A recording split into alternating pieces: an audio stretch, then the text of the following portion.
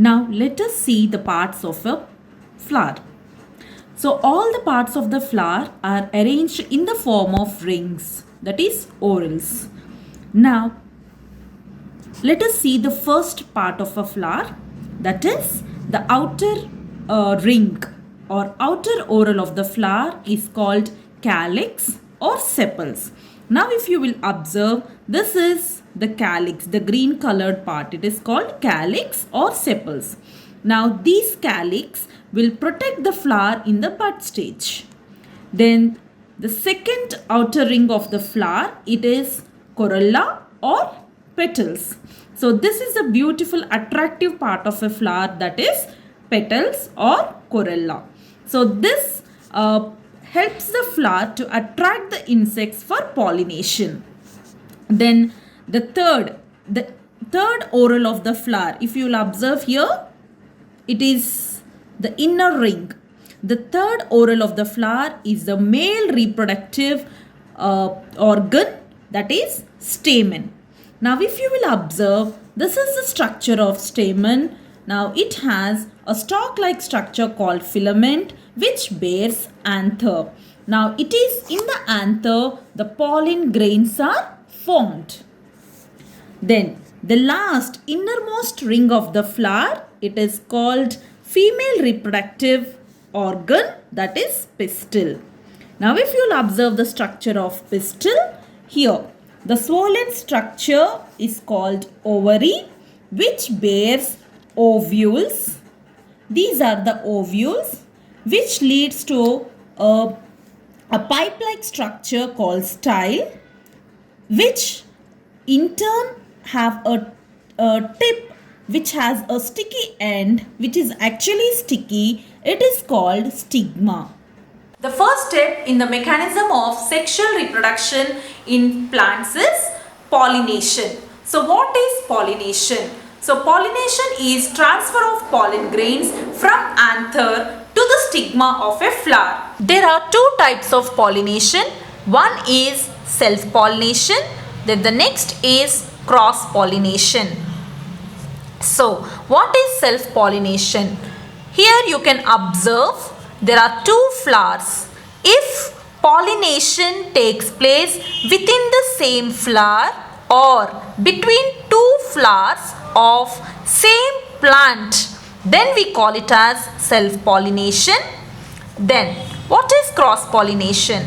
If pollination takes place between two flowers present on two different plants but they should belong to same species, we call it as cross-pollination.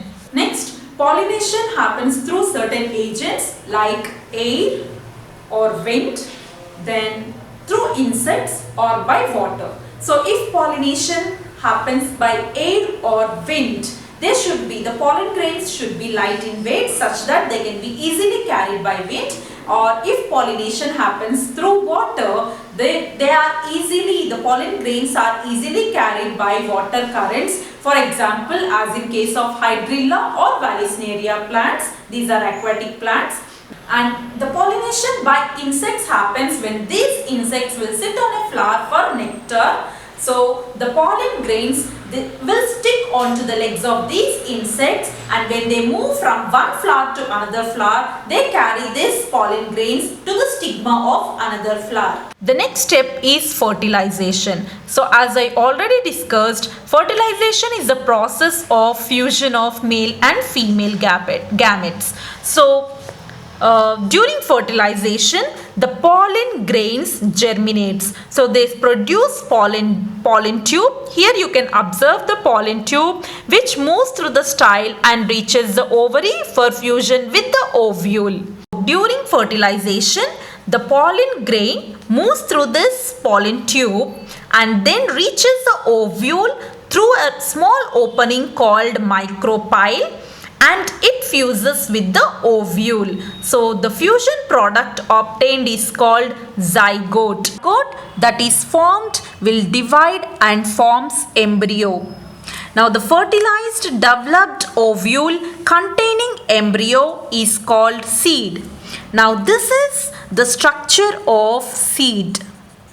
Now, if you will observe the seed, here these are the parts of the seed. The outermost covering of the seed is called as seed coat, which protects the seed.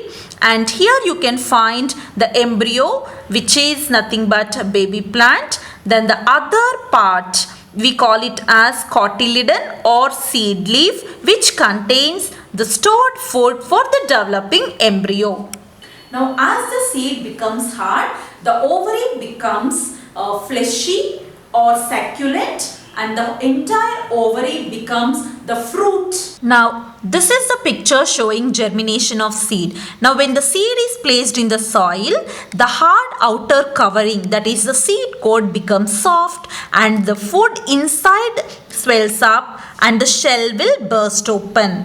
It is because of the water that is present in the moist soil. Then the seed digests the stored food and then makes it soluble. Now this soluble food helps the radicle and plumule to grow. So this is the radicle which gives rise to root system, and this is the plumule which gives rise to the shoot system. Now the plumule utilizes sunlight and performs photosynthesis, and here the plant starts making its own food. The next topic is artificial pollination. So before we have learned how pollination will occur and what are the two types of pollination, that is self and cross pollination by different agents, that is by wind or water currents or by insects. But here this artificial pollination is done to get the desired characteristics of a plant, in a plant. So here how does this process takes place? So here the pollen grains from the desired plant are taken and then placed on the mature stigma of another plant, and the later the stigma is covered with the polythene bag to avoid pollination by another sources. So the seeds which are obtained by this method are grown in the next season, and such a plant we call it as hybrid plant, and this process also called as hybridization. Now let us learn about dispersal of seeds. So dispersal of seeds means scattering of seeds. Okay, so this can be done by three main agents, that is wind, water and animals. So first let us see dispersal of seeds by wind. So any seed to be dispersed by wind should have two types of structures.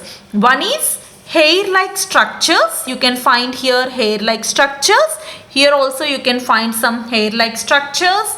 Here also you can find hair-like structures on the seed, or wing-like structures. For example, in case of drumstick and maple seeds. So these structures helps in carrying away the seed to distant places by wind. Next is dispersal of seeds or fruits by water. So here the seeds dispersed by water contain light and buoyant fruit. That means they have ability to float. So these fruit, when falls in water, they are carried away by water currents. So when they reach onto a suitable surface, they germinate.